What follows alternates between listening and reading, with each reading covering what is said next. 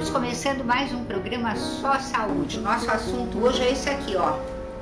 A bengala verde. O que será isso? Para conversar sobre isso, hoje eu estou recebendo aqui com muita alegria, mais uma vez, a professora da Escola Paulista de Medicina, médica, oftalmologista, doutora Juliana Salum, que está sempre aqui com a gente. Muito obrigada, doutora Juliana, pela presença. E o Rodrigo Carvalho Pinto Bueno, que é do Grupo Retina. Rodrigo, você é o presidente do Grupo Retina? Não sou presidente, mas tenho atuado bastante. Eu vejo que você tem atuado bastante, só pelo que a gente conversou aqui antes do programa, né? E o teu entusiasmo também nessa atuação, muito bacana, parabéns. Obrigado. Bom, eu quero saber, doutora, por que uma bengala verde? A bengala verde vem no sentido de diferenciar as pessoas que têm uma deficiência total da visão e uma deficiência parcial da visão. Porque as pessoas podem se ver em situações conflitantes, onde quem está perto delas acha que ela não está enxergando e ela tem uma visão residual. Então, a bengala branca, que é tradicionalmente usada para facilitar os deficientes visuais caminharem, já é bem consagrada, todo mundo conhece. Agora vem a bengala verde, que é a mesma bengala, só que pintada de verde, que serve para mostrar que aquela pessoa tem uma visão residual. Então, ela não consegue andar com destreza e a bengala ajuda nessa locomoção, mas ela consegue fazer outras atividades, às vezes consegue até uma leitura, observar uma fisionomia, em geral num campo visual mais restrito. Tá? E serve para fazer essa diferenciação, senão o leigo estranha. Como essa pessoa que não enxerga, que está com uma bengala de deficiente visual branca, não está enxergando determinada coisa e de repente começa a ler? Complicante. É complicado, né? Ou chega no banco, passa o cartão, opera a máquina, né? É por aí, Rodrigo? Exatamente. E essa bengala verde, ela vem justamente como um instrumento de comunicação com a sociedade para explicar o que é o raio da baixa visão. É exatamente aquilo que portadores como eu, né, que ainda não cheguei ao ponto de usar a bengala, mas a gente percebe no dia a dia, né, uma série de situações do dia a dia, de entrar no elevador e não reconhecer aquela pessoa que trabalha do seu lado todo dia e não cumprimentar, passar por mal educado, é a pessoa na hora de se servir no bandejão, não saber diferenciar a batata da mandioca, é você esbarrar no manequim na loja e pedir desculpa. Então, são pessoas que têm realmente uma deficiência grande, e que precisam só ser compreendidas, porque elas podem viver o dia a dia. Bom, então vamos fazer o que o Rodrigo quer. Vamos definir essa baixa visão. Por exemplo, ele disse, doutora, que ele não chegou no ponto de usar a bengala verde. Que ponto é esse? Qual é essa diferença? É chamado deficiente visual, o portador de visão subnormal, a pessoa que tem uma acuidade visual, que a acuidade visual é aquela leitura das letras na tabelinha do oftalmologista, né? Abaixo de 20/200, com o melhor óculos. Quer dizer, não é uma pessoa que não está enxergando bem, põe óculos e fica boa, não. Essa não é deficiente visual. Quem tem visão subnormal não consegue enxergar as letras menores nem com o melhor óculos. Então, seria uma visão abaixo de 20/200 ou um campo visual menor do que 20 graus. Então, a gente está acostumado a ter um campo visual aberto, né? Se enxerga amplamente. Uma pessoa que tem uma determinada doença que restringe o campo, ela pode enxergar ou só na frente ou invertido, não enxergar o meio e enxergar a lateral, dependendo da doença que a pessoa tem. Então, e existe a pessoa que tem a doença tão avançada que ela não enxerga nada, tem uma maurose completa, não percebe nem a luz. Então, esse é o cego completo, não tem nenhum tipo de visão residual. Existe toda uma graduação e várias formas de percepção da visão entre essa situação, primeiro de visão normal, de visão parcial, visão subnormal, e de quem não enxerga nada, que é o cego com cegueira completa. Então, é nesse sentido que a gente tem que fazer essa diferenciação. E observar que, mesmo na definição, tem a definição por acuidade visual, que é abaixo do 20/200, e a definição de campo visual. Então, tem doença que a pessoa consegue ler até as menores letras da tabela, mas num campo tão restrito que não consegue enxergar nas laterais. Essa pessoa, quando tem um campo muito fechado, é que precisa da bengala para se locomover, porque ela até consegue enxergar alguma coisa lá na frente, mas ela não está vendo o que está acontecendo aqui embaixo, não está vendo se alguém está passando do lado, se tem um degrau, se tem um buraco, e a bengala serve para ajudar a escanear esse chão, a perceber se existe algum obstáculo no caminho. Rodrigo, você disse que você não chegou lá, quer dizer que você tem uma doença, desculpa perguntar, não, mas acho que é importante a gente saber. Você tem uma doença, então, que é progressiva? Exatamente, uma doença genética progressiva, que se chama retinose pigmentar, que ela vai degenerando a retina, né, que é o fundo do olho. Então, com o tempo, eu vou perdendo a capacidade, são os dois olhos, algumas capacidades. Então, na prática, tentando transformar na prática isso que a Juliana colocou com toda a propriedade técnica, é uma série de dificuldades do dia a dia. Então, aquela dificuldade com luz baixa, por exemplo, pouca luminosidade, me causa muito problema. Eu não enxergo no escuro. Vou chegar à noite num restaurante para olhar o cardápio, e os restaurantes hoje em dia eles adoram a meia luz, e isso é terrível para a gente, né? E eu sei que existem outros portadores da mesma doença que eu tenho, que tem restrição com luz, com muita luz. Então a gama de consequências dessa doença é muito grande. A restrição do campo visual é realmente algo muito preocupante. Então, você não percebe que você está perdendo esse campo visual. Então, uma decisão complexa nos portadores dessa doença é o momento de parar de dirigir. Né? É aquele momento em que você acha que você está enxergando, mas de repente você não está vendo alguém do lado e você pode realmente se envolver num acidente. Essa é uma decisão delicada. A segunda decisão delicada que eu acho que existe é o momento de usar a bengala. Eu tive a oportunidade de encontrar um portador de retinose no evento do lançamento da Bengala Verde aqui na Avenida Paulista recentemente, e ele estava justamente nesse momento de tomar a decisão, porque ele não queria usar a bengala porque ele não era cego. Ele enxerga ainda, ele consegue fazer uma série de coisas, mas ele não conseguia mais se deslocar propriamente sem a bengala e sem bater em orelhão, sem bater em caixa em poste, pedir desculpa para poste, entendeu? Então ele está numa situação realmente que ele precisava da bengala, e a bengala verde veio a calhar para ele estava extremamente feliz no dia do evento. Claro, porque é diferente dele usar a bengala branca. Exatamente. E aí começar a passar pelas outras situações constrangedoras de passar por um cara que está se fingindo de deficiência visual, né? Que é o que todo mundo vai pensar, né? Se você está andando com uma bengalinha, né? De repente você chega num lugar, como você deu um exemplo ótimo, né? Entra no metrô, pega o livro, abre e começa a ler, né? Que vai pensar a pessoa que te viu antes, que você está se fingindo de cego por alguma razão, para tirar alguma vantagem.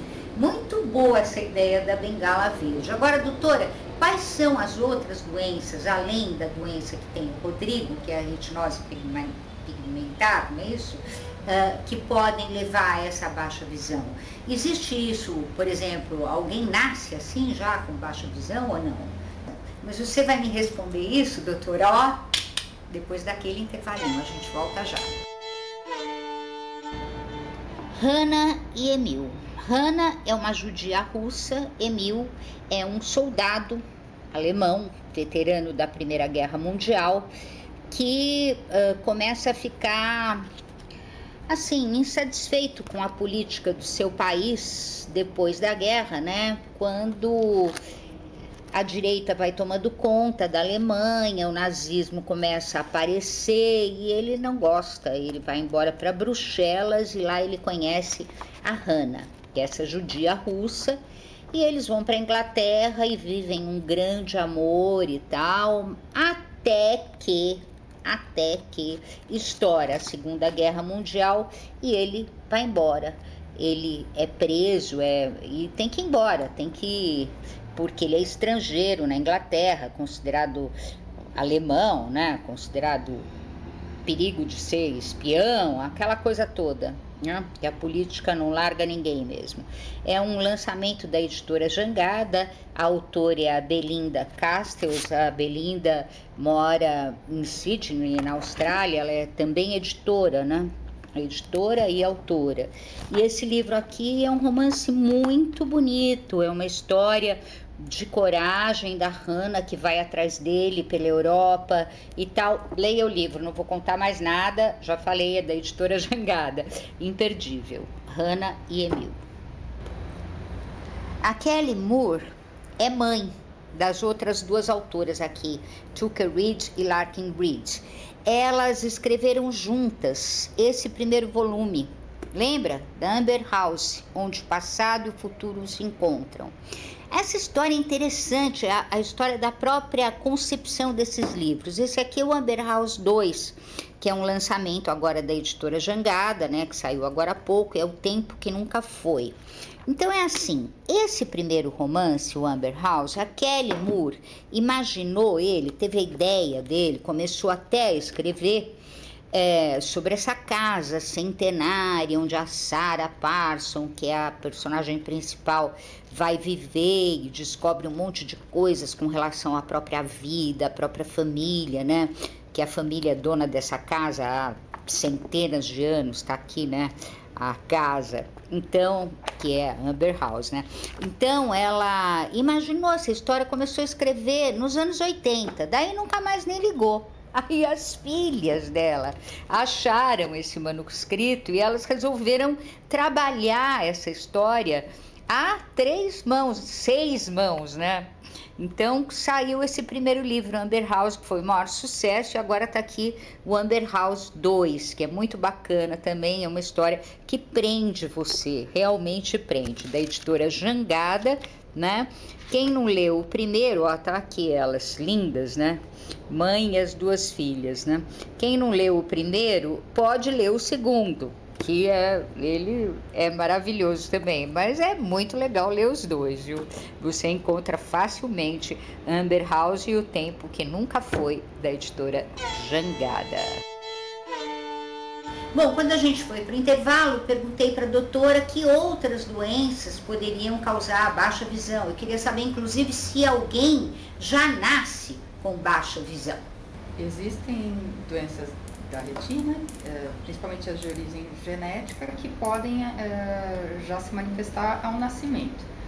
Algumas infecções congênitas, toxoplasmose, mas nem todas elas são situações onde a bengala é necessária, porque muitas vezes são situações onde a área central é afetada, no caso da toxoplasmose. Uma situação onde a bengala com frequência vai ser útil é no glaucoma. Também é uma doença onde o campo visual vai se fechando por um aumento da pressão como um fator de risco para uma degeneração do nervo óptico. E se esse nervo óptico sofre, o campo visual fica restrito, então é uma outra situação importante para o uso da bengala, acho que é a retinose pigmentar, algumas doenças hereditárias, glaucoma, e aí entram algumas outras, retinopatia diabética, algumas situações pós-descolamento de retina, quando a gente não tem uma retina totalmente colada, também podem se beneficiar. Uhum. Agora, a medicina tem evoluído muitíssimo, né? Você mesmo, eu sei, tem um lindo laboratório lá na Escola Paulista, faz pesquisa, está procurando soluções. Então, quais são as perspectivas que a gente tem para o futuro, para um futuro próximo, né, de solução para esses problemas oftalmológicos? Tem situações que a gente não consegue corrigir porque a pesquisa não chegou lá, né, naquele momento. A gente não tem ainda o conhecimento necessário para tentar interferir naquele mecanismo de doença. Nesse grupo de doenças degenerativas da retina, a gente está começando agora a entender melhor as chaves de por que as doenças aparecem, conhecer melhor as proteínas na retina, os genes que codificam elas, e entender esses mecanismos de desgaste. Quando a gente começa a entender isso, a gente pensa em como interferir nisso. Então, fazer alguns genes que estavam errados, que estavam com mutação, se expressar de forma correta, é uma possibilidade de tentar corrigir esse erro. E as pesquisas de terapia gênica estão chegando nesse momento que a gente já conhece uma grande quantidade de genes para tentar repor aquele gene que está faltando, aquele gene que está errado. Outra situação é quando já teve uma perda celular muito grande e mesmo colocando o gene faltante, não adianta porque a célula já morreu e não conseguiria funcionar de novo. Então aí entram as pesquisas com as células tronco, tentando repor aquelas células que foram perdidas. Essa parte de pesquisa com célula tronco ainda está caminhando, ela está muito inicial. Se fala muito de célula tronco, mas na prática a gente ainda tem que aprender muita coisa da parte básica para conseguir aplicar isso na parte clínica. Então, conhecer qual que é a melhor célula, se é a célula da própria retina, se é a célula embrionária, se é a célula de cordão umbilical, se dá para pegar de gordura de tecido adiposo, transformar essa célula em fotorreceptor, e se ela vai virar a célula que a gente quer que ela vire, não adianta a gente colocar lá, ela virar uma célula de dente, não vai ajudar nada para a gente recuperar a visão. Então, existem todos esses mecanismos que precisam ser melhor esclarecidos para que a gente possa utilizar essa perspectiva de célula-tronco em pacientes. Existem outros tipos de pesquisa, usando medicações para tentar conter a degeneração, para tentar melhorar o funcionamento das células e evitar que esse desgaste aconteça. E ainda outras pesquisas no sentido de tentar repor a função. Por exemplo, o olho biônico, que tenta repor aquela retina, fazer a função da retina, com um chip implantado em cima da retina. Então, já existem protótipos liberados na Europa e nos Estados Unidos que produzem uma visão bem rudimentar. Não haveria indicação para alguém que tenha uma visão residual útil, seria para alguém que tem uma visão muito baixa, porque o protótipo hoje dá uma visão só de um vulto, que ajudaria a pessoa a caminhar, achar um caminho, uma diferenciação entre claro e escuro ainda muito fraca. Enquanto isso não vem, a gente tem que ir cuidando da parte de reabilitação. E a bengala verde aí é uma ferramenta bem importante a ser implantada aí, e importante divulgação para o público leigo conhecer, quer dizer, encontrar alguém na rua com uma bengala verde e saber o que saber o que ela significa, né? Maravilhosa essa iniciativa. É do Grupo Retina essa iniciativa? Exatamente, uma iniciativa do Grupo Retina, e eu acho que essa é exatamente a função do grupo. O grupo é uma associação sem fins lucrativos, que tem o objetivo, basicamente está calcado em 3 pilares. O primeiro, exatamente complementar o que a Juliana está colocando agora, que é conseguir angariar recursos para apoiar as pesquisas científicas. Acho que isso é essencial, um primeiro pilar do grupo. O segundo é fornecer informação qualificada para portadores e familiares, que é uma doença muito angustiante que poucas pessoas sabem, às vezes nem sabem que tem. E o terceiro é justamente melhorar a qualidade de vida do portador, que aí é o pilar onde está inserido esse projeto Bengala Verde, que nada mais é do que o início dessa comunicação, e espero realmente que a gente tenha um apoio de outros jornalistas tão qualificados quanto você para nos ajudar. Terão, sem dúvida, porque a causa é muito importante, a iniciativa é maravilhosa. E você, a hora que vê uma bengala verde na rua, já sabe o que isso significa, né?